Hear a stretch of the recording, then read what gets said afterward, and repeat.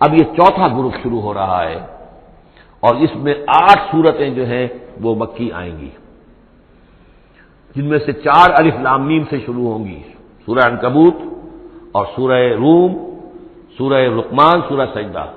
اور 4 جو ہیں یہ مختلف، ایک تو بغیر کسی حروف مقطعات کی ہے، یہ سورۃ الفرقان یہ پہلی ہے، اور پھر 3 جو ہیں ان کے اندر مختلف جو ہیں آئیں گے اور حروف مقطعات۔ یہاں سے وہ گروپ اب شروع ہو رہے ہیں کہ جن کا مرکزی مضمون توحید ہے، اس لیے کہ اگرچہ ویسے یہ چوتھا گروپ شروع ہو رہا ہے، لیکن چونکہ مکی صورتوں کا تو یہ تیسرا ہی گروپ ہے۔ مکی پہلی صورت، پہلے گروپ کے اندر صرف سورہ فاتحہ ہے، وہ ویسے بھی مکی مدنی کی تقسیم سے بلند تر ہے، تو گویا کہ 2 جو پہلے گروپ آئے، جن میں سے پہلے میں صرف 2 مکی صورتیں تھیں، الانعام، الاعراف، دوسرے میں یہ 14 سورہ یونس سے لے کر مومنون تک، بلکہ وہاں مکی صورتیں۔ اب یہ تیسرا گروپ ہے سورۃ الفرقان سے لے کر اور سورہ سجدہ تک، یہ 8 صورتیں ہیں۔ اس کے بعد مدنی صورت آئے گی سورہ احزاب، اور سورہ احزاب مانوی اعتبار سے جوڑا ہے سورہ نور کا۔ بسم اللہ الرحمن الرحیم، تبارک الذی نزل الفرقان علی عبدہ لیکون للعالمین نذیرا۔ بڑی بابرکت ہے وہ ہستی جس نے کہ الفرقان نازل فرمایا اپنے بندے پر۔ یہ تیسری صورت ہے کہ جس کے مطلع میں پہلی آیت میں حضور کا جو تذکرہ ہے وہ عبد کی نسبت سے ہے۔ سورہ بنی اسرائیل، سبحان الذی اسری بعبدہ لیلا من المسجد الحرام الی المسجد الاقصی۔ سورہ کہف، الحمدللہ الذی انزل علی عبدہ الکتاب، اور یہاں پر اب یہ تیسری صورت ہے تبارک الذی نزل الفرقان علی عبدہ لیکون للعالمین نذیرا، تاکہ ہو جائیں تمام جہان والوں کے لیے خبردار۔ اس قرآن کے ذریعے سے محمد الرسول اللہ کی رسالت ہے جو تا قیامت جاری رہے گی۔ جس کو بھی قرآن پہنچ گیا، حضور کا انذار پہنچ گیا، وہ آیت یاد کر لیجئے، سورہ انعام میں آئی تھی، قل اوحی الی ھذا القرآن لانذرکم بہ ومن بلغ۔ جس کو بھی قرآن پہنچ جائے، اب آگے پہنچانا امت کا کام ہے۔ الذی لہ ملک السماوات والارض، وہ کہ جس کے لیے ہے بادشاہی آسمانوں اور زمین کی، ولم یتخذ ولدا، یہ بہت مشابہ ہے سورہ بنی اسرائیل کی آخری آیت سے، اس نے کسی کو اپنی اولاد نہیں بنایا، ولم یکن لہ شریک فی الملک، اور نہ ہی اس کا کوئی ساجی ہے حکومت میں، حکومت کے اختیارات میں، حاکمیت میں، وخلق کل شیء، اور اسی نے ہر شے کو پیدا کیا، وہ خالق ہے تنہا، باقی سب مخلوق ہیں، فقدرہ تقدیرا، اور ہر شے کی پھر اس نے ایک اندازہ مقرر کر دیا ہے، ہر شے کے لیے ایک اندازہ ہے۔ واتخذوا من دونہ آلہۃ، اور انہوں نے اختیار کر لیے ہیں اس کے سوا ایسے آلہہ، ایسے دیوی اور دیوتا، لا یخلقون شیئا وہم یخلقون، جو کسی بھی شے کی تخلیق نہیں کرتے بلکہ وہ تو خود مخلوق ہیں، ولا یملکون لانفسہم ضرا ولا نفعا، اور نہ انہیں اختیار خود اپنے بارے میں کسی برائی کا یا بھلائی کا ہے، نہ کسی اچھائی کا اور نہ کسی برائی کا، ولا یملکون موتا ولا حیاتا ولا نشورا، نہ انہیں اختیار ہے موت کا، نہ اختیار ہے جینے کا، نہ اختیار ہے جی اٹھنے کا۔ وقال الذين كفروا ان هذا الا افك افتراه،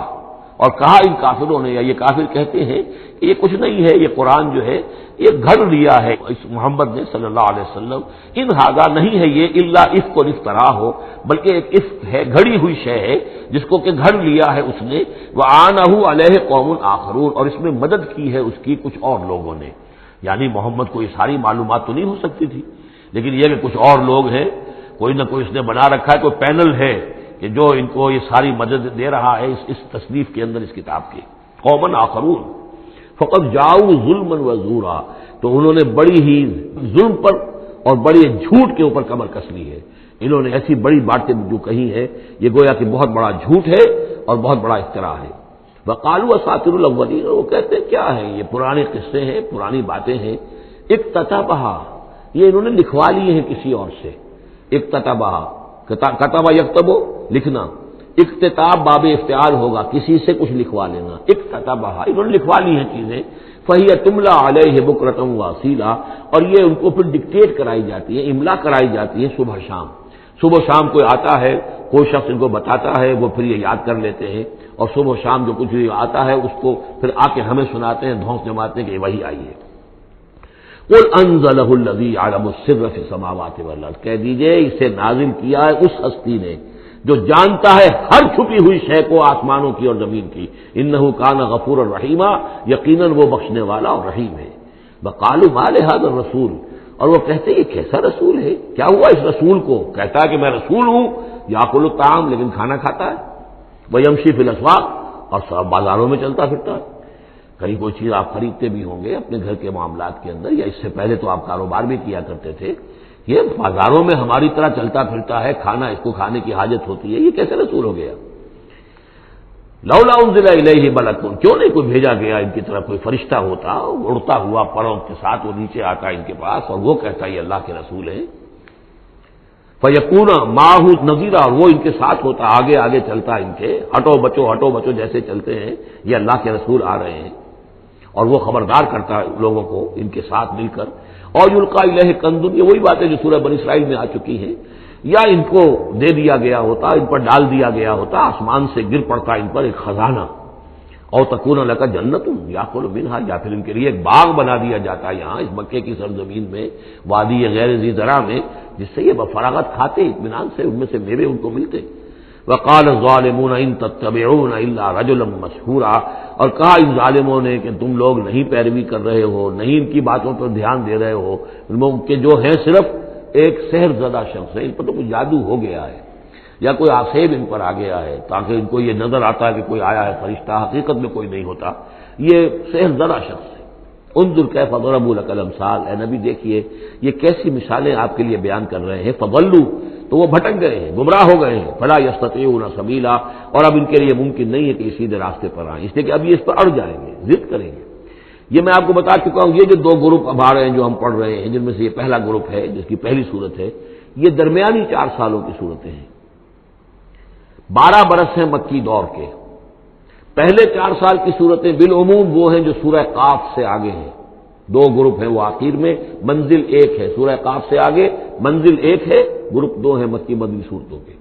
وہ ہیں جو ابتدائی 4 سال کے ہیں۔ یہ 2 ہیں کہ جو درمیانی 4 سالوں کے، جو ہم پڑھ چکے ہیں 16 صورتیں، 2 انعام و اعراف اور 14 سورہ یونس سے لے کر مومنون تک، یہ ہے آخری 4 سالوں کی، تو یہ درمیانی 4 سال ہے۔ تبارک الذی ان شاء جعل لک خیرا من ذلک، بڑی بابرکت ہے وہ ہستی ہے نبی، اگر وہ چاہے تو جو چیزیں یہ کہہ رہے ہیں اس سے کہیں زیادہ بہتر چیزیں آپ کے لیے ابھی فراہم کر دی جائیں۔ یہ تو بڑا زور لگا لگا کر کچھ چیزیں کہہ رہے ہیں، ہم ان سے کہیں زیادہ بہتر چیزیں آنے واحد میں آپ کے لیے پیدا کر سکتے ہیں۔ تبارک الذی ان شاء جعل لک خیرا من ذلک جنات تجری من تحتها الانہار، ایسے باغات، ایک باغ نہیں، باغات کے سلسلے پیدا کر دیں جن کے نیچے نہریں بہتی ہوں گی، ویجعل لک قصورا، اور آپ کے لیے ایک نہیں کئی قصر، کئی محل ہم تعبیر فرما دیں۔ لیکن یہ کہ بل کذبوا بالساعۃ، اصل میں یہ انکاری ہے آخرت کے، یہ انکاری ہے قیامت کے، یہ انکاری ہے بعد بعد الموت کے۔ واعتدنا لمن کذب بالساعۃ سعیرا، اور جنہوں نے قیامت کا انکار کیا ہے، بعد بعد الموت کا انکار کیا، ان کے لیے ہم نے ایک جہنم کا، آگ کا عذاب تیار کر رکھا ہے۔ اذا رأتهم من مکان بعید، جب وہ جہنم دیکھے گی ان کو کہ یہ میرے شکار آ رہے ہیں، اب یہ آ رہے ہیں کہ جن کو میرے اندر جھونکا جائے گا، دور سے وہ دیکھے گی کہ آ رہے ہیں، سمعوا لها تغیظا وزفیرا، تو وہ سنیں گے اس کی آواز کہ جیسے بھوکا شیر ڈاڑ رہا ہو، جھجلائے گی اور چلائے گی کہ جلد از جلد انہیں میرے اندر جھونک دیا جائے۔ وَإِذَا أُلْقُوا مِنْهَا مَكَانًا ضَيِّقًا، اور جب وہ پھینک دیے جائیں گے اس میں ایک بڑے تنگ مکان میں، تنگ جگہ میں، مقرنین، اور وہ زنجیروں میں جکڑے ہوئے ہوں گے، دعوا هُنَالِكَ ثُبُورًا، اس وقت پھر وہ موت کی دعا کریں گے، ہائے موت آ جائے کسی طرح، ہم نسیہ منسیہ کر دیے جائیں، ہمارا یہ زندگی کا سلسلہ جو ہے شعور ختم ہو جائے۔ لَا تَدْعُوا الْيَوْمَ ثُبُورًا وَاحِدًا، تب کہا جائے گا اب آج ایک موت نہ مانگو، وَادْعُوا ثُبُورًا كَثِيرًا، بہت سی موتیں مانگو، اب موت آئے گی نہیں، مانگتے رہو موت، لیکن یہ ہے کہ اب تمہاری یہ زندگی جو ہے تاکہ تمہیں یہ جلن مسلسل رہے، یہ عذاب جو ہے اس کے اندر کوئی شدت میں تخفیف نہ ہو، لہذا موت آ کے تمہیں چھٹکارا نہیں دلائے گی۔ قل اذالک خیر ام جنت الخلد التی وعد المتقون، کہیے کہ کیا یہ انجام بہتر ہے یا وہ باغ، وہ جنت، رہنے کی جنت جو جس کا وعدہ کیا گیا ہے متقی بندوں سے، کانت لہم جزاء و مصیرا، اور وہ ان کے لیے ہوگی بدلہ اور ان کے لوٹ جانے کی جگہ، لہم فیہا ما یشاؤون خالدین، ان لوگوں کے لیے وہاں ہر وہ شے ہوگی جو وہ چاہیں گے اور اس میں رہیں گے ہمیشہ ہمیشہ۔ کان علی ربک وعدا مسئولا، اور یہ تو وعدہ ہے تیرے رب کا جس کے لیے وہ ذمہ دار ہے۔ اب یاد کیجئے وہ دعا جو سورہ آل عمران کے آخر میں آئی تھی، ربنا وآتنا ما وعدتنا علی رسلک ولا تخزنا یوم القیامہ، پروردگار جو تو نے وعدے اپنے رسولوں کے ذریعے سے ہم سے کیے تھے ان کو پورا فرما۔ اللہ تعالیٰ اپنے وعدوں سے پھرے گا نہیں، اللہ تعالیٰ ان وعدوں کو پورا کرے گا، اور اس کو سمجھتا ہے کہ یہ میری ذمہ داری ہے کہ میں اپنے وعدے پورے کروں۔ وَيَوْمَ يَحْشُرُهُمْ، اور جس دن کہ وہ ان سب کو جمع کرے گا، وَمَا يَعْبُدُونَ مِن دُونِ اللَّهِ، اور جن کو یہ پوجتے تھے اللہ کے سوا، فَيَقُولُ أَأَنتُمْ أَضْلَلْتُمْ عِبَادِي هَؤُلَاءِ، وہ جمع کر لیں گے ان فرشتوں کو بھی جن کو نام کے اوپر بت بنا لیے گئے، یا اور اولیاء اللہ کی ارواح آ جائیں گی، یا انبیاء ہوں گے، حضرت عیسیٰ ہوں گے، یا اور بھی جس کے ساتھ یہ گستاخی اور ظلم کیا گیا ہو، اللہ ان سب کو جمع کرے گا اور پوچھے گا أَأَنتُمْ أَضْلَلْتُمْ عِبَادِي هَؤُلَاءِ، کیا آپ لوگوں نے میرے ان بندوں کو گمراہ کیا تھا؟ اب ہم ضلوا السبیل، یا وہ خود ہی گمراہ ہو گئے تھے، سیدھے راستے سے بھٹک گئے تھے۔ قالوا سبحانک ما کان ینبغی لنا ان نتخذ من دونک من اولیاء، وہ کہیں گے اللہ تو پاک ہے اس سے، اور یہ تو ہمارے لیے تو یہ سرے سے ممکن ہی نہیں، ہمارے لیے یہ کسی طرح روا ہی نہیں تھا کہ ہم تیرے سوا کسی کو اپنے ولی بنا لیں، ہم نے ان لوگوں کو ولی قرار نہیں بنایا۔ ولکن متعتہم وآباءہم، یعنی یہ کہ جیسے ولایت باہمی ہے، اللہ اہل ایمان کا ولی اور مومن اللہ کے ولی، اللہ ولی الذین آمنوا یخرجہم من الظلمات الی النور، اور الا ان اولیاء اللہ لا خوف علیہم ولا هم یحزنون، تو یہی رشتہ ہونا چاہیے تھا ان معبودوں کے ساتھ اگر وہ برحق ہوتے، کہ وہ اس کے ولی ہوتے اور وہ ان کے ولی ہوتے، لیکن فرمایا کہ یہ ہو ہی نہیں سکتا کہ ہم ان سے کوئی رشتہ استوار کرتے۔ ما کان لنا ما کان ینبغی لنا ان نتخذ من دونک من اولیاء ولکن متعتہم وآباءہم، لیکن اے اللہ آپ نے اس کو ان کو سامان دیا، ساز و سامان انہیں اور ان کے آباء و اجداد کو، اور ان کو فراوانی دی، دولت دی، حیثیت دی، حتیٰ نسوا ذکر، یہاں تک کہ وہ ذکر کو بھول گئے، یاد دہانی کو بھول گئے، ہدایت کو بھول گئے جو ان کو دی گئی تھی۔ وَكَانُوا قَوْمًا بُورًا، اور یقیناً یہ بڑے تباہ ہونے والے لوگ تھے۔ فَقَدْ كَذَّبُوكُمْ، اب اللہ کہے گا ان لوگوں سے دیکھو بھائی تمہارے جو معبود جن کو تم سمجھتے تھے انہوں نے تو تمہیں جھٹلا دیا، بِمَا تَقُولُونَ، جو تم کہہ رہے ہو تمہاری بات انہوں نے رد کر دی۔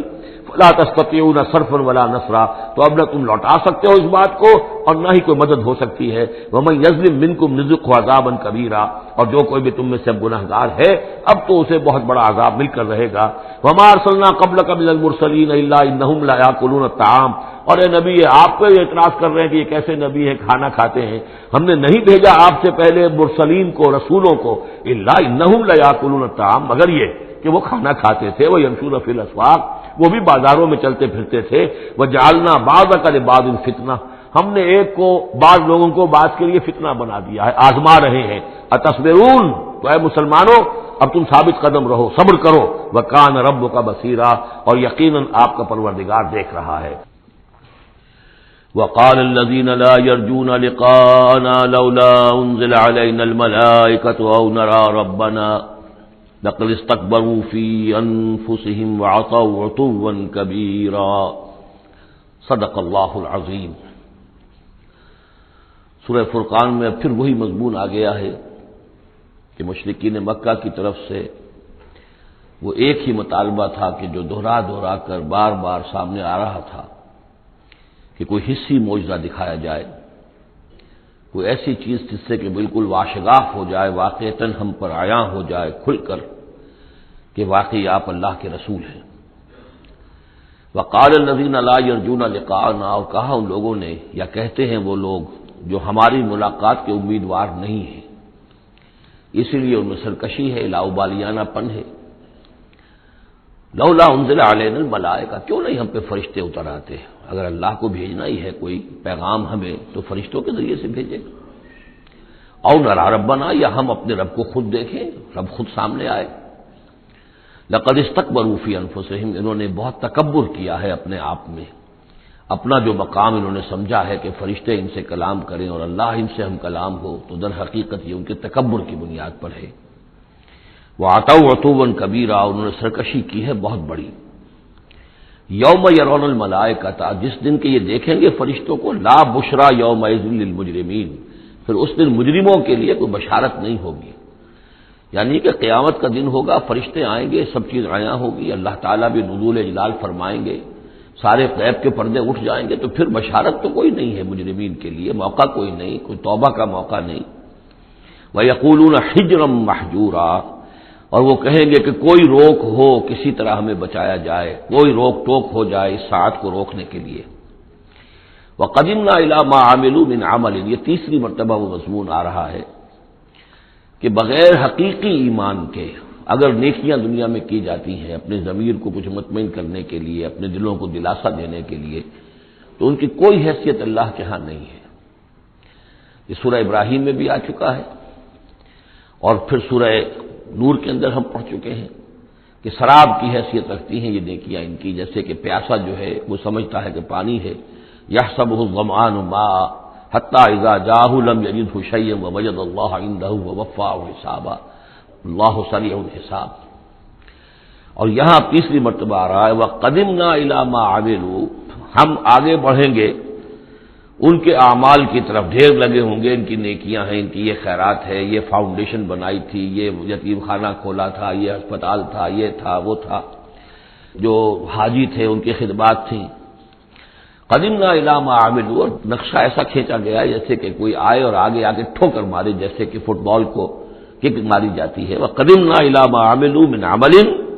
ان کے وہ بڑے بڑے عمل جس پر انہیں بڑا غرہ ہوگا، بہت سہارا ہوگا کہ ہم بہت کچھ لے کر جا رہے ہیں، ہم اس کی طرف آگے بڑھیں گے۔ فجعلناہ ھباء منثورا، تو ہم اسے کر دیں گے اڑتا ہوا غبار، یعنی وہ جو نظر آ رہا تھا کافی کہ یہاں پہ بڑی نیکیوں کا انبار ہے، معلوم ہوگا غبار تھا اور کچھ نہیں۔ اسی کا وہاں نقشہ کھینچا گیا سورہ ابراہیم میں کہ جیسے ریت ہو، راکھ ہو، اور اس کے اوپر تیز آندھی آئے اور وہ ہوا ختم ہو جائے، کوئی اس کا وجود نہ رہے۔ یہ ہے حقیقت ان نیکیوں کی کہ جو حقیقی ایمان کے بغیر ہوتی ہے۔ نیکی صرف وہی ہے کہ جو اصل ایمان باللہ اور ایمان بالآخرت کے ساتھ ہو، اللہ کی رضا جوئی اور آخرت کی جزا کے سوا کوئی شے مطلوب نہ رہے، کسی درجے میں بھی کوئی اس کے ساتھ اور اپنا مطلوب اور کوئی مقصود شامل ہو گیا، شہرت شامل ہو گئی، یا کوئی اور کوئی لوگوں کے اندر ہر دل عزیزی حاصل کر کے مجھے کوئی الیکشن لڑنا ہے، پھر ان کا مجھے لیڈر اپنے آپ کو بنانا ہے، یا کوئی اور ان کے ووٹ لینے ہیں، کوئی شے بھی شامل اگر ہو گئی تو پھر یہ کہ اللہ کی میزان میں ان کا کوئی وزن نہیں، وہ غبار ہے جو اڑ جائے گا۔ وَقَدِمْنَا إِلَىٰ مَا عَمِلُوا مِنْ عَمَلٍ فَجَعَلْنَاهُ هَبَاءً مَّنثُورًا۔ اصحاب الجنت یومئذ خیر مستقرا واحسن مقیلا، جنت والے لوگ جو ہے وہ اس لوگ ہوں گے بہت اچھے ٹھکانوں میں، اور ان کا جو ہوگا دوپہر کے آرام کی جگہ بہت ہی عمدہ ہوگی، قیلولے کی جگہ۔ وَيَوْمَ تَشَقَّقُ السَّمَاءُ بِالْغَمَامِ، اور یہ ہے وہ قیامت کا نقشہ جس دن کے آسمان پھٹے گا اور کچھ بادلوں کی طرح کی کیفیت ہو جائے گی۔ وَنُزِّلَ الْمَلَائِكَةُ تَنزِيلًا، پھر فرشتوں کو اتارا جائے گا، فوج در فوج فرشتے نازل ہوں گے۔ الملک یومئذ الحق للرحمن، اس دن تو پھر بادشاہی اور اختیار گویا کہ بالکل علم نشرہ ہو جائے گا کہ صرف رحمان کے لیے ہے۔ آج تو کچھ پردے پڑے ہوئے ہیں، اس وقت بھی اختیار اسی کا ہے،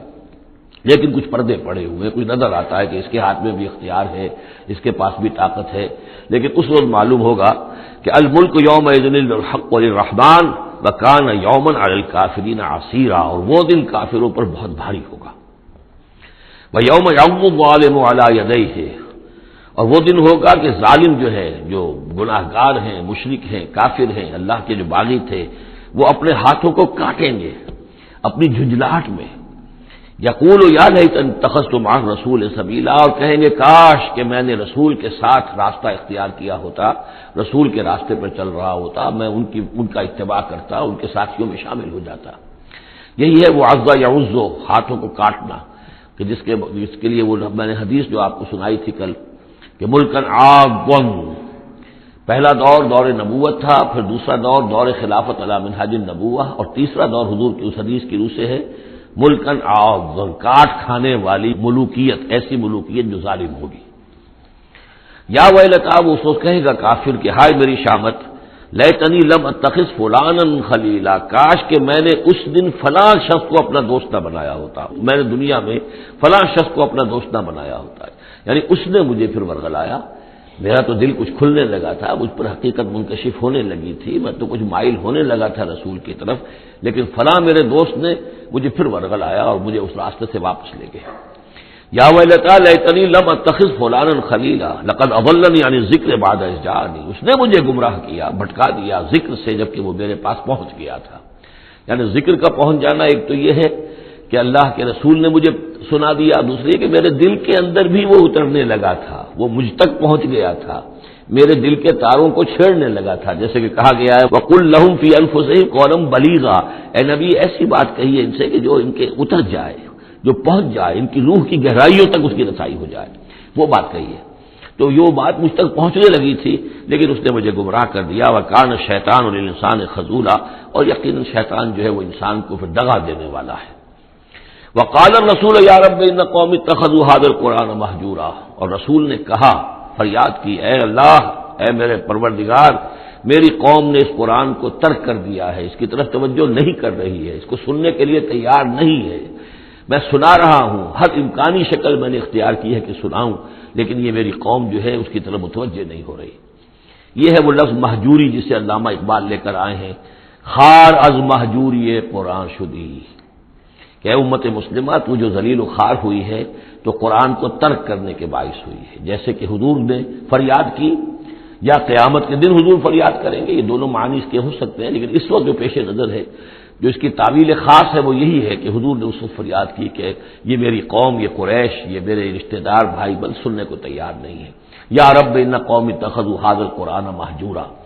ان کا جو قرآن مجید کو ترک کرنا تھا وہ تو تھا ڈھٹائی کے ساتھ کہ اللہ کا کلام ہے ہی نہیں، یہ تو محمد نے اپنا گھڑ لیا ہے۔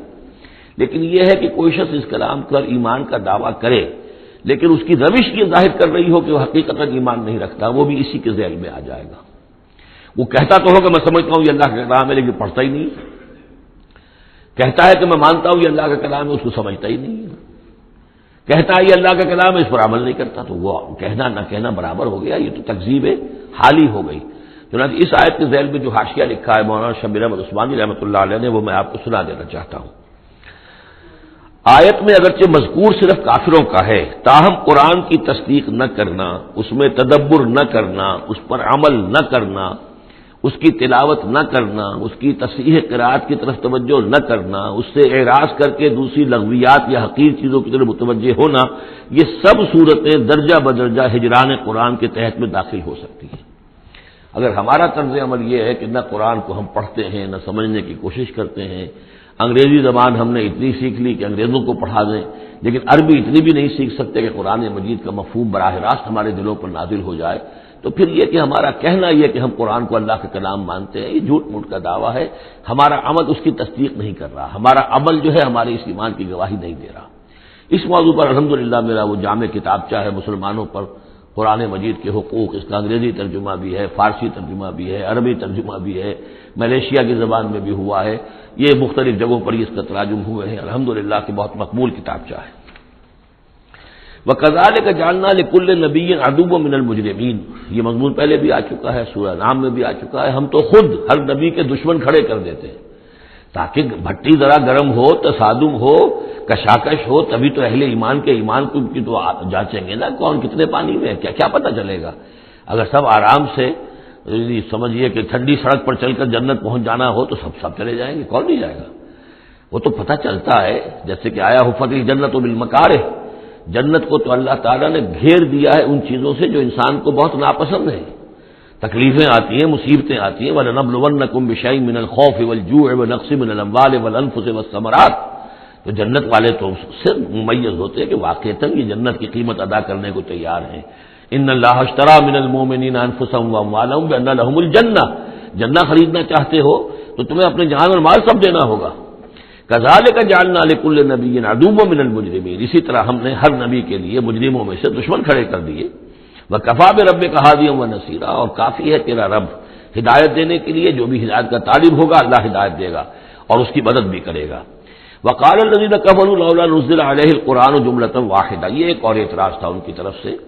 وہ لوگوں نے کہا یہ کہ کیوں نہیں اتر گیا ان پر قرآن پورا کا پورا ایک ہی مرتبہ، یعنی اس میں اصل میں جو امپلائڈ ہے ان کا اعتراض وہ یہ تھا کہ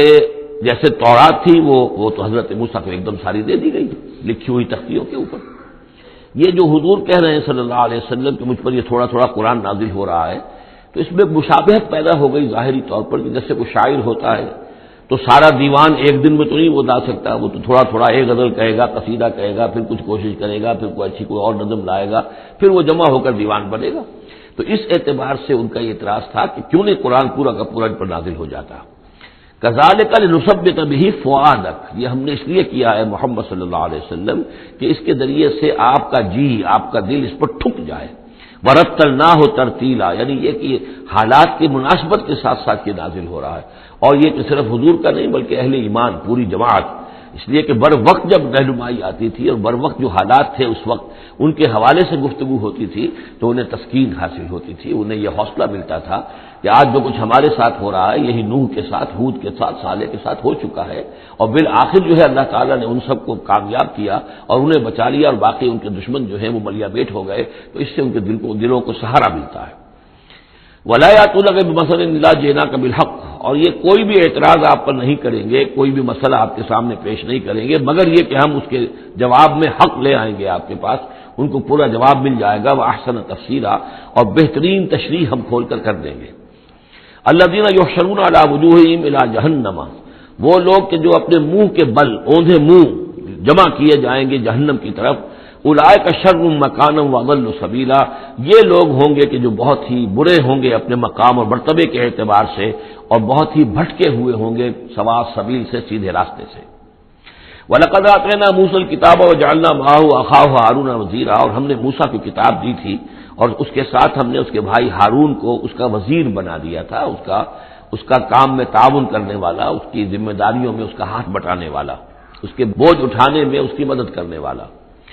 فَقُلْنَا اذْهَبَا إِلَى الْقَوْمِ الَّذِينَ كَذَّبُوا بِآيَاتِنَا، تو ہم نے کہا کہ تم دونوں جاؤ اس قوم کی طرف جنہوں نے ہماری آیات کو جھٹلایا ہے. فَدَمَّرْنَاهُمْ تَدْمِيرًا، تو پھر ہم نے ان کو ہلاک کر دیا، برباد کر دیا، اکھاڑ کر پھینک دیا. یعنی یہی جو معاملہ ہوا آل فرعون کا کہ وہ غرق کر دیے گئے.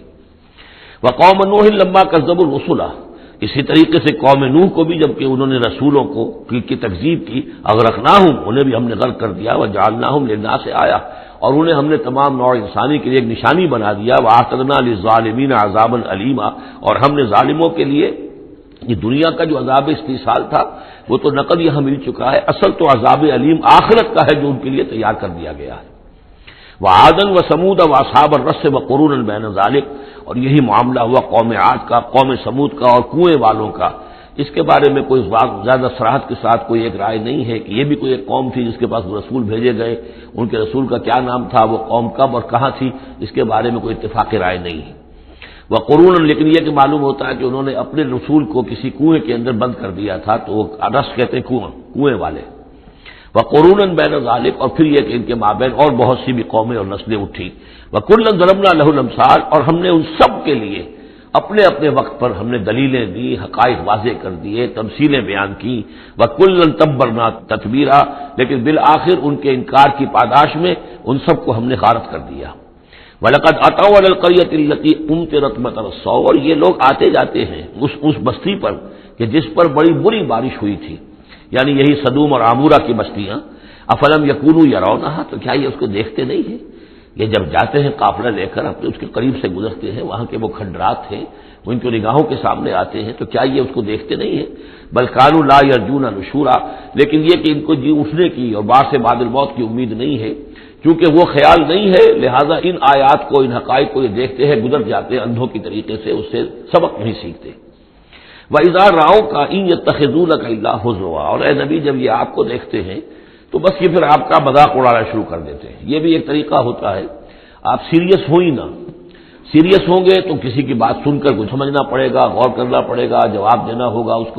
اس کو چٹکیوں میں اڑائیے، ہنسی مذاق میں اڑا دیجیے. وَإِذَا رَأَوْكَ إِن يَتَّخِذُونَكَ إِلَّا هُزُوًا، اور جب یہ آپ کو دیکھتے ہیں تو یہ بس یہی روش اختیار کرتے ہیں آپ کے ساتھ کہ آپ کا مذاق اڑاتے ہیں.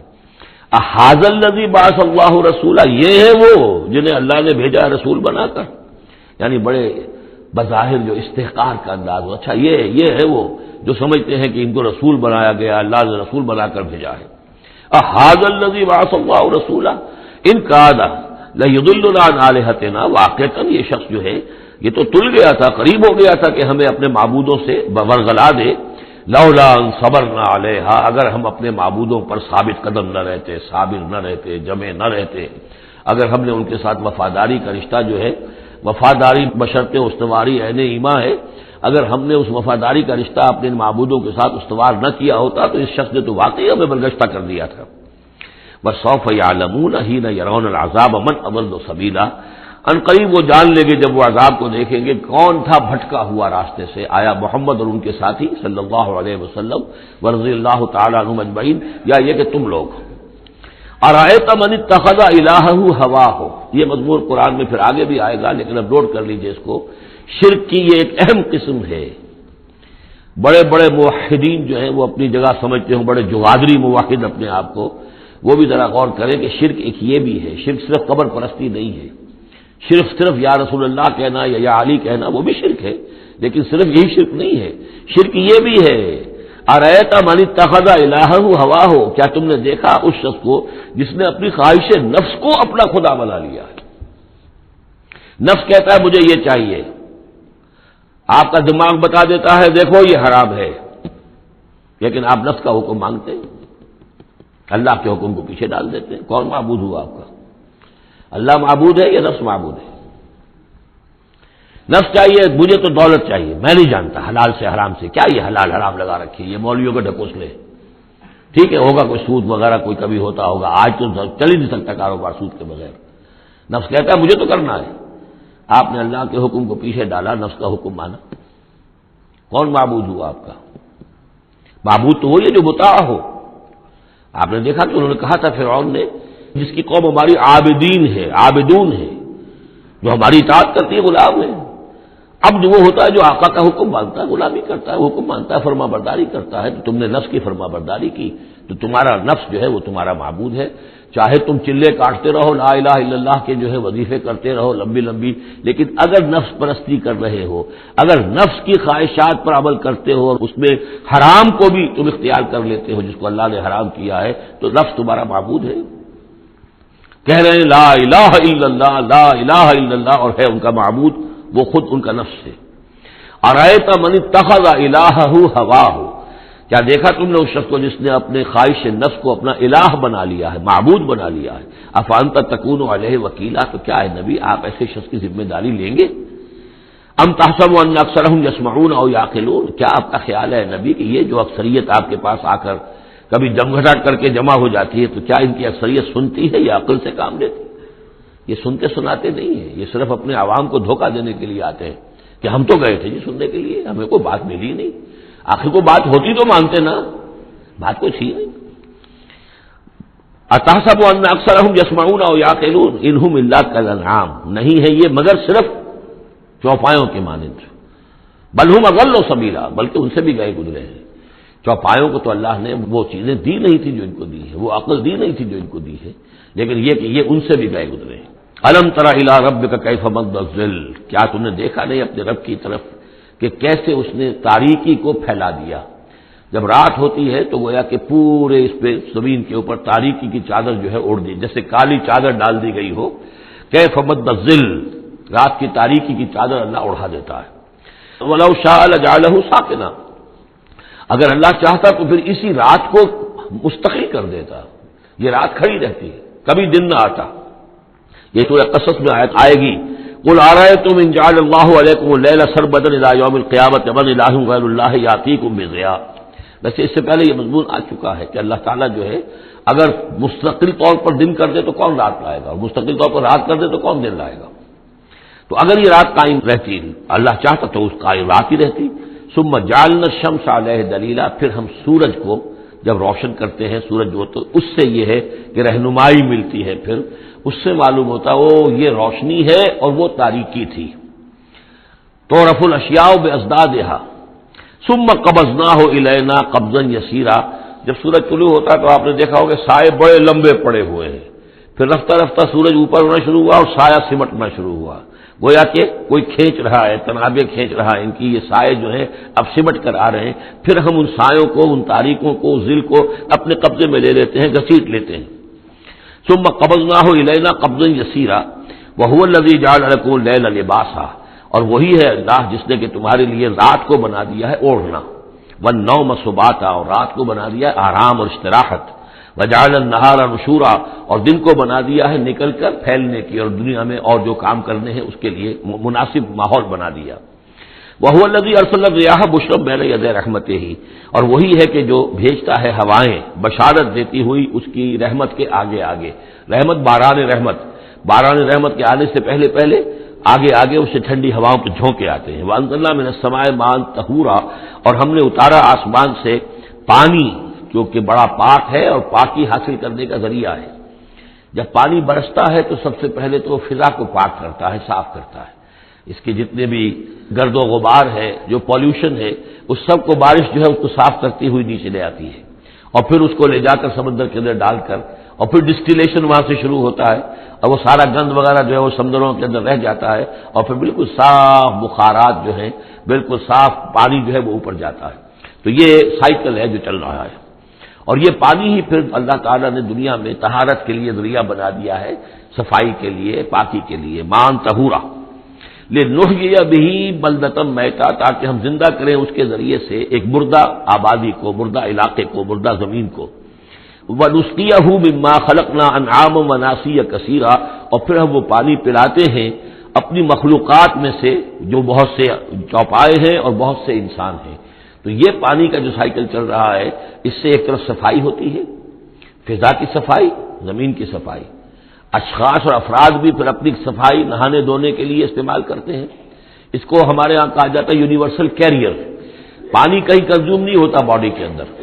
یہ جسم کے اندر یہ وہاں بھی ایک سرکولیشن کا ذریعہ بنا ہوا ہے، خون کو سرکولیٹ کرنے کا، اور اسی کے ذریعے سے جو بھی وہ چیزیں ہیں کہ جو میٹابولزم کے جو نتائج ہیں کہ جن کو نکالنا جسم سے ہوتا ہے، وہ کہیں گردے کے ذریعے سے، کہیں وہ پھیپھڑوں کے ذریعے سے وہ چیزیں نکلتی ہیں۔ تو در حقیقت یہ پانی کا کام صفائی ہے، ہمارے جسم کے اندر بھی یہ صفائی کا کام کرتا ہے۔ وَلَقَدْ صَرَّفْنَا بَيْنَهُمْ لِيَذَّكَّرُوا، اور اس کو ہم نے گردش میں رکھا ہوا ہے لوگوں کے مابین، یہ پانی گردش، یہ جو میں نے عرض کیا تھا اس سے پہلے بھی، واٹر سائیکل جو ہے کہ یہ پہاڑوں کے اوپر جا کر جو ہے یہ اوور ہیڈ ٹینکس بن جاتے ہیں، یہ گلیشیئر سے بڑے بڑے کروڑ ارب ٹن جو ہے اس وہاں پر وہ برف پڑی ہوئی ہے، وہ پانی ہے۔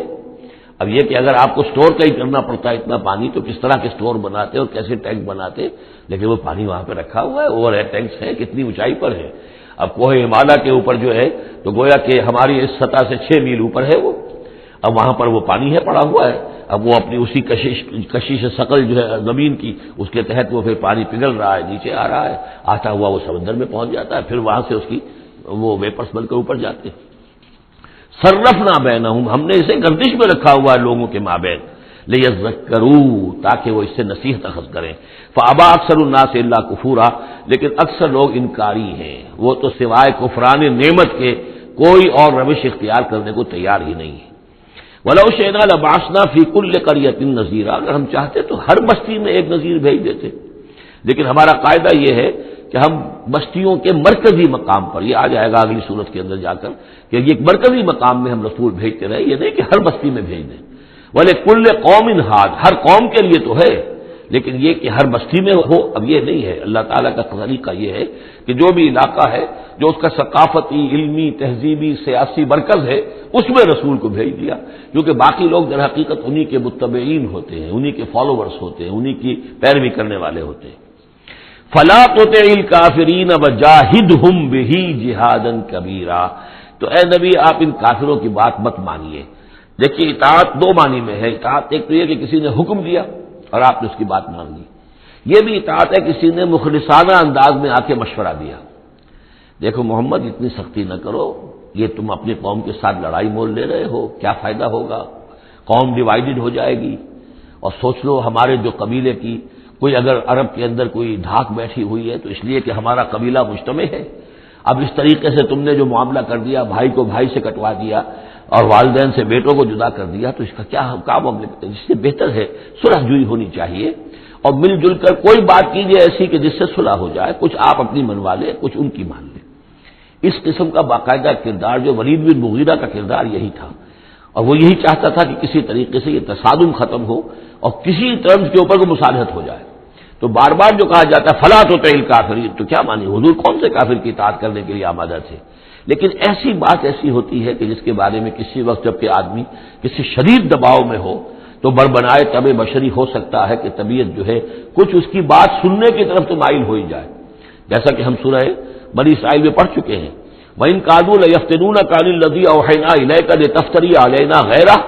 وَإِذًا لَّاتَّخَذُوكَ خَلِيلًا، یہ لوگ تو تلے ہوئے ہیں کہ آپ کو بچلا دیں اس چیز سے کہ جو ہم نے آپ پر وحی کی ہے، کہ آپ کچھ اور گھڑ کر ہماری طرف منسوب کر دیں، پھر یہ آپ کو دوست بنا لیں گے، جھگڑا ختم، لڑائی ختم ہو جائے گی۔ لڑائی تو ان کو ہماری آیات سے ہے، ہمارے قرآن سے ہے، ذاتی آپ کے ساتھ تو کوئی جھگڑا نہیں ہے۔ لیکن یہ کہ فرمایا وَلَوْلَا أَن ثَبَّتْنَاكَ لَقَدْ كِدتَّ تَرْكَنُ إِلَيْهِمْ شَيْئًا قَلِيلًا، اور اگر ہم نے ہی آپ کو جمائے نہ رکھا ہوتا تو اے محمد صلی اللہ علیہ وسلم عین ممکن تھا کہ آپ کچھ نہ کچھ ان کی طرف جھک ہی جاتے۔ تو یہ جو دباؤ تھا شریک کو، اس کا اندازہ کیجئے اس سے، تو فرمایا جا رہا فَلَا تُطِعِ الْكَافِرِينَ، آپ ان کی باتیں بھی بس سنیں، اس قسم کی کسی بات کے لیے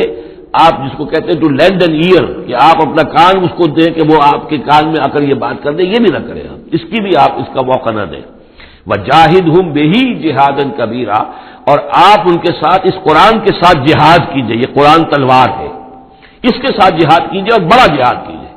یعنی مکے میں جو جہاد ہو رہا تھا 12 برس تک جو ہوا ہے، وہ تلوار والا جہاد نہیں تھا، وہ قتال نہیں تھا، وہ جہاد بالقرآن تھا۔ یہ بہت اہم موضوع ہے جس پہ میری تقریر موجود ہے، کتابچہ موجود ہے، بلکہ 2 ہے، جہاد بالقرآن اور پھر جہاد بالقرآن کے 5 محاذ۔ آج بھی ہمارے ہاں جو بھی قومی مسائل ہیں، ملکی مسائل ہیں، ہمارے اس وقت اجتماعی مسائل ہیں، واقعہ یہ ہے کہ ان کے لیے 5 محاذ ہیں جن پر کہ قرآن مجید کی شمشیر ہاتھ میں لے کر جہاد کرنے کی ضرورت ہے۔ اب اس وقت ظاہر بات ہے کہ اس کا موقع نہیں ہے، لیکن یہ کہ اس اعتبار سے کہ ایک انقلابی جد و جہد، اللہ کے دین کو قائم کرنے کی جد و جہد میں دعوت قرآن کے ذریعے سے، تربیت قرآن کے ذریعے سے، تزکیہ قرآن کے ذریعے سے، یہ ساری چیزیں ہم پڑھتے چلے آ رہے ہیں۔ تبشیر قرآن کے ذریعے، انذار قرآن کے ذریعے، تذکیر قرآن کے ذریعے،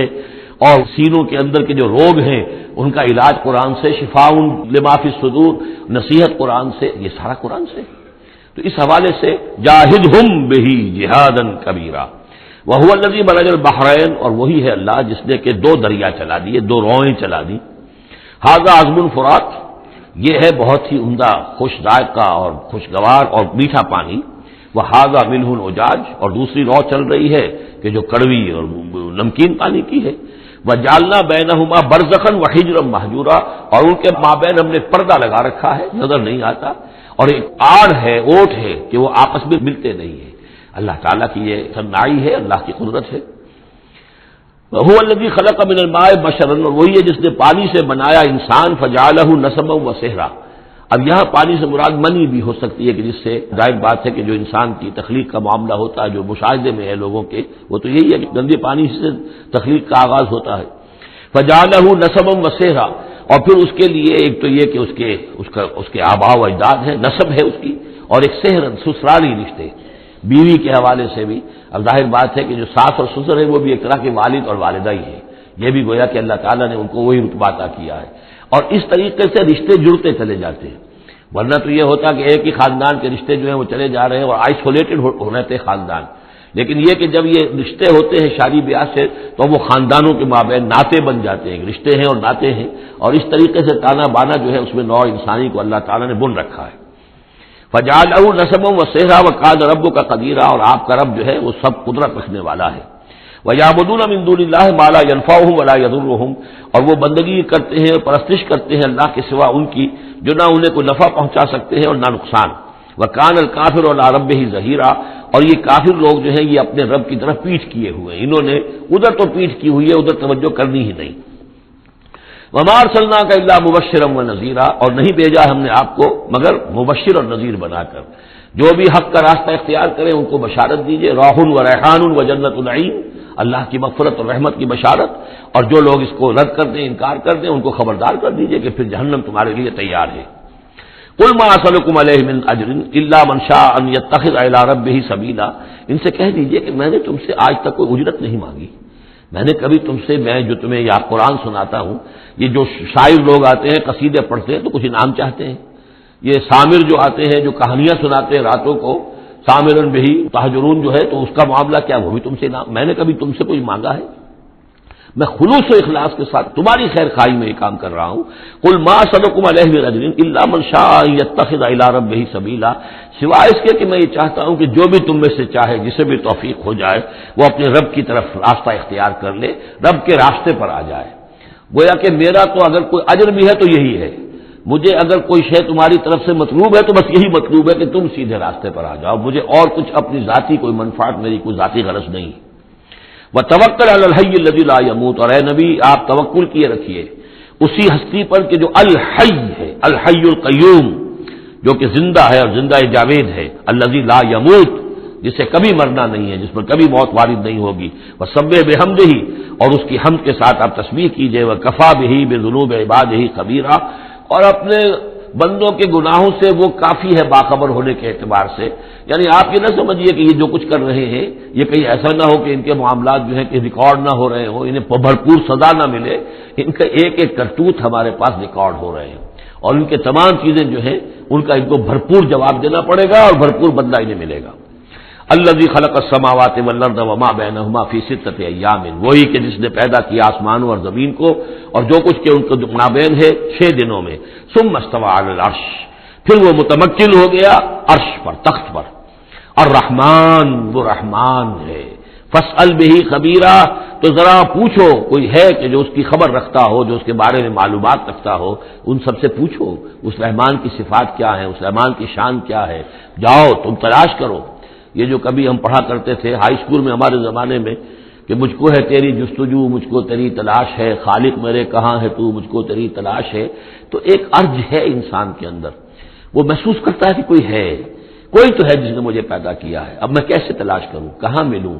کہاں ملے گا، کیسے اسے بات ہو سکتی. فاسأل بہ خبیرا، تو جاؤ ایسے لوگوں کو تلاش کرو کہ جو اس کے ساتھ کچھ آشنائی رکھتے ہوں، جو اس کے جاننے والے ہوں، جس کی کوئی دوستی ہو، اور ان کی صحبت اختیار کرو. کونوا مع الصادقین، تو یقیناً تمہیں جو ہے اللہ تعالیٰ کی معرفت حاصل ہوگی. وَإِذَا قِيلَ لَهُمُ اسْجُدُوا لِلرَّحْمَٰنِ، اور جب ان سے کہا جاتا ہے کہ سجدہ کرو رحمان کو، قالوا ابر رحمان، کیونکہ یہ رحمان کے لفظ سے بدکتے تھے، یہ صرف اللہ کا لفظ استعمال کرنا چاہتے تھے. رحمان جو ہے، یہ جو مشرکین مکہ تھے یہ کہتے تھے یہ نام تم کہاں سے لے آئے ہو، یہ ہمارے لیے قابل قبول نہیں ہے. قالوا ابر رحمان، ان کا یہ رحمان کون ہے. انسجد لما تأمرنا، کیا ہم سجدہ اسے کریں جس کا تم ہمیں حکم دے رہے ہو. اس میں ہے وہ شقاق جو ہوتی ہے زدم زدہ. ٹھیک ہے تمہارے کہہ رہے تو ہم یہ نہیں کریں گے، مطلب یہ کہ چاہے تو تم بات کہہ رہے ہو حق ہے، لیکن یہ کہ چونکہ تم کہہ رہے ہو اس لیے ہم نہیں کریں گے. اس کا تو مطلب یہ ہوگا کہ ہم نے تمہاری بات مان لی اور تم جیت گئے. انسجد لما تأمرنا، کیا اس کو ہم پوجیں گے جس کا کہ آپ ہمیں حکم دے رہے. وزادہم نفورا، اور اس سے ان کے اندر نفرت اور بدکنا ہی بڑھ رہا ہے، فرار اور بھاگنا اور دوڑنا. سجدہ کر لیجیے. ٹھیک ہے. تبارک الذی، یہ جو آخری رکوع ہے سورہ مبارکہ کا، یہ ہمارے اس مطالعہ قرآن حکیم کے منتخب نصاب کا سجدہ تلاوت کے ضمن میں سورہ حجر کے آخر میں جو سجدہ آیا تھا، بعض حضرات نے اس کو اشارہ کیا تھا، وہ امام ابو حنیفہ کے نزدیک وہ آیت سجدہ نہیں ہے. امام شافعی کے نزدیک ہے، لیکن امام شافعی کے نزدیک جو سجدہ تلاوت ہے یہ واجب نہیں ہے، یہ آپشنل ہے.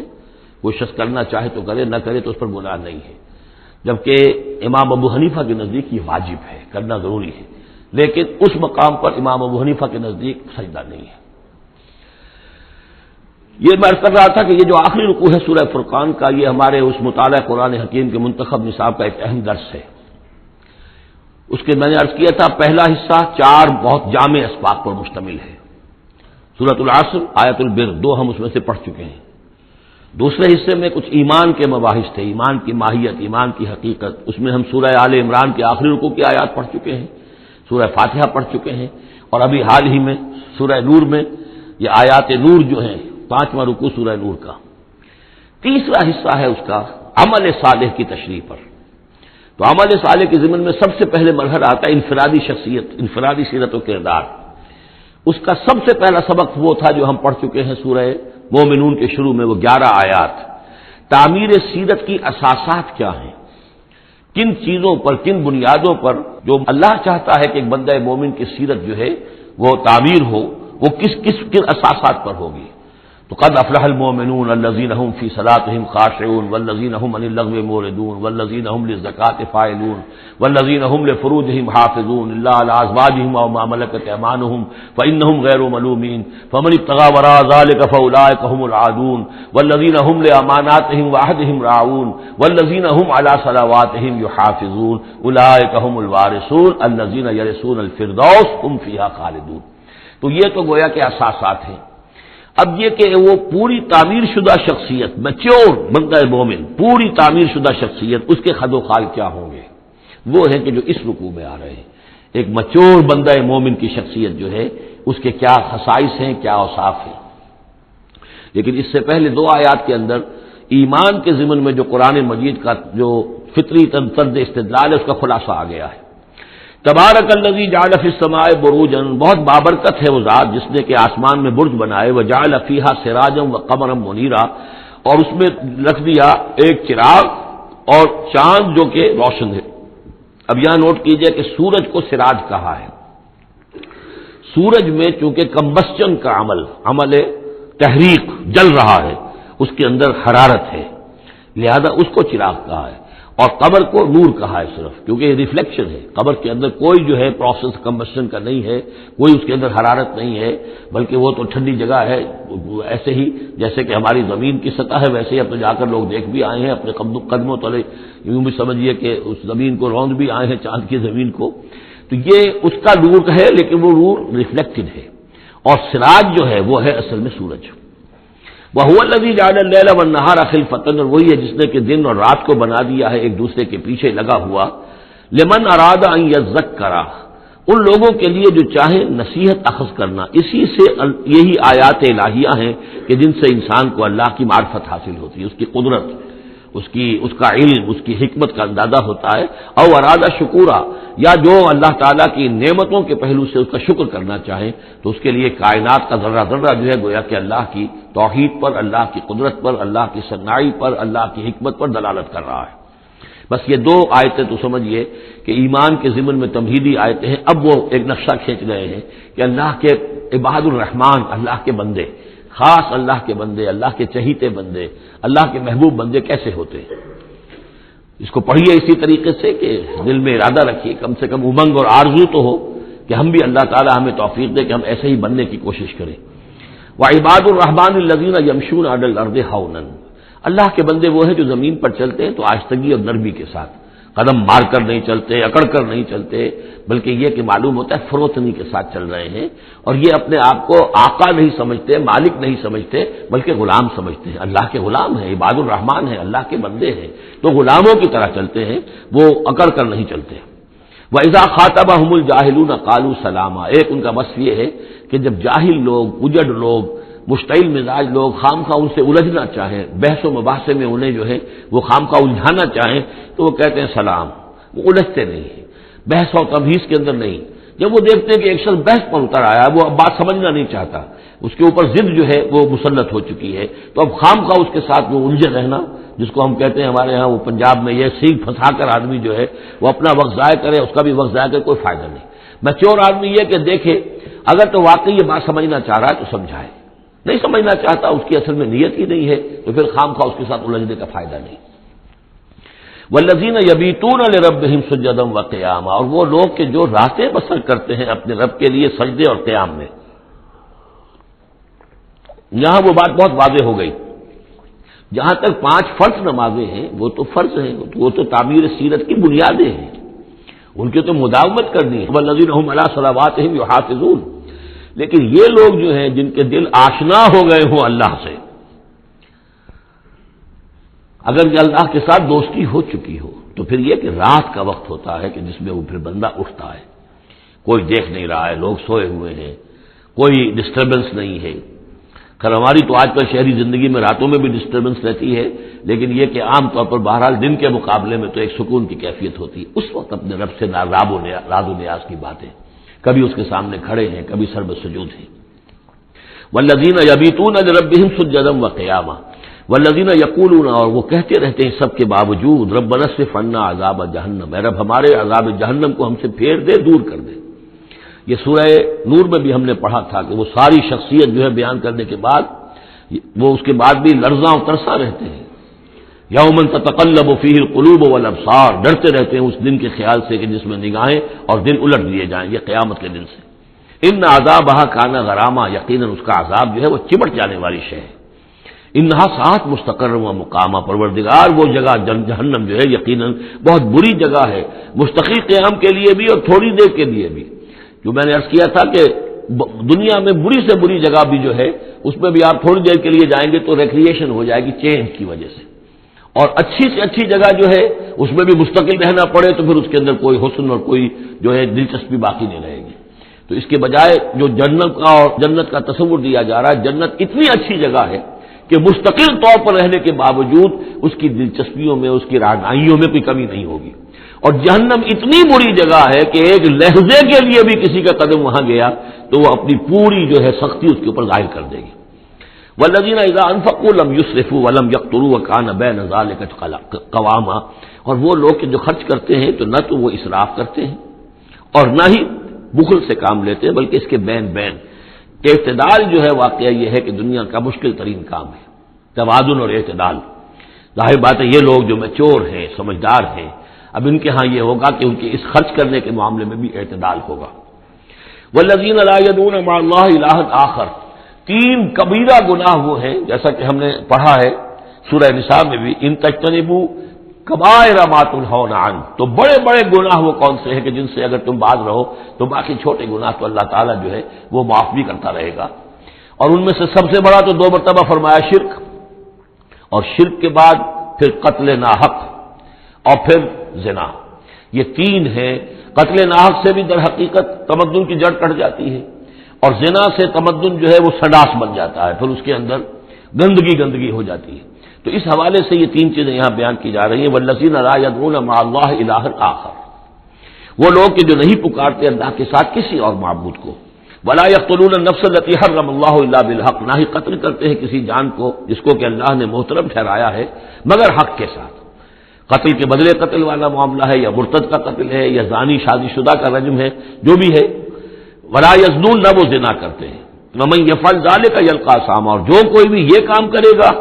وہ اس کی پاداش کو پکڑ کر اس کو جو ہے حاصل کر کے رہے گا، یعنی لازمہ اس کی سزا اس کو مل کر رہے گی. یلقى اثاما